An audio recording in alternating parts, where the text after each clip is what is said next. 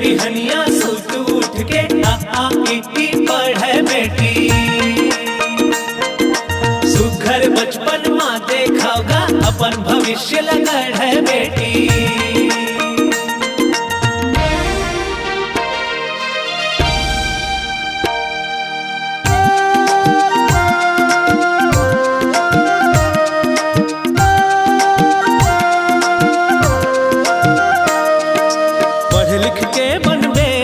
होशियार बेटी जस गावे तोरे संसार बेटी।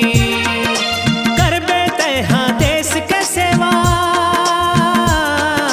ला बेते हाँ बहार बेटी।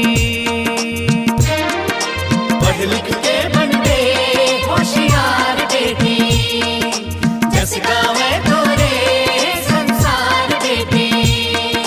मैं भारत के शान बेटी,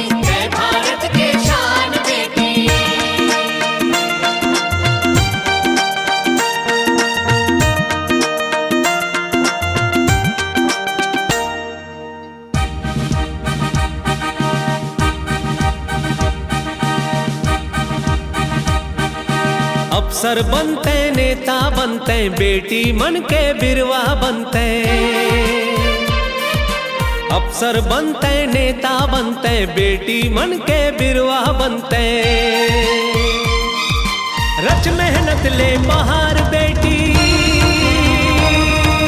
पढ़ लिख के होशियार बेटी। जिंदगी स्वर सिंगार बेटी, जिंदगी स्वर सिंगार बेटी, जिंदगी स्वर सिंगार बेटी, जिंदगी स्वर सिंगार बेटी।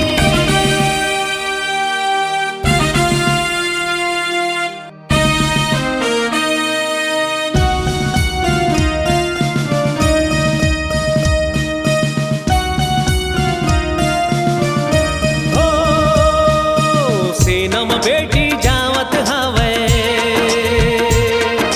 बेटी जहाज चलावत हवे।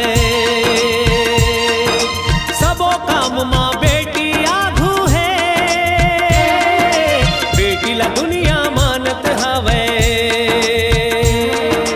मंजिल पाके मेहनत ले बेटी, तोला आशीर्वाद है बेटी।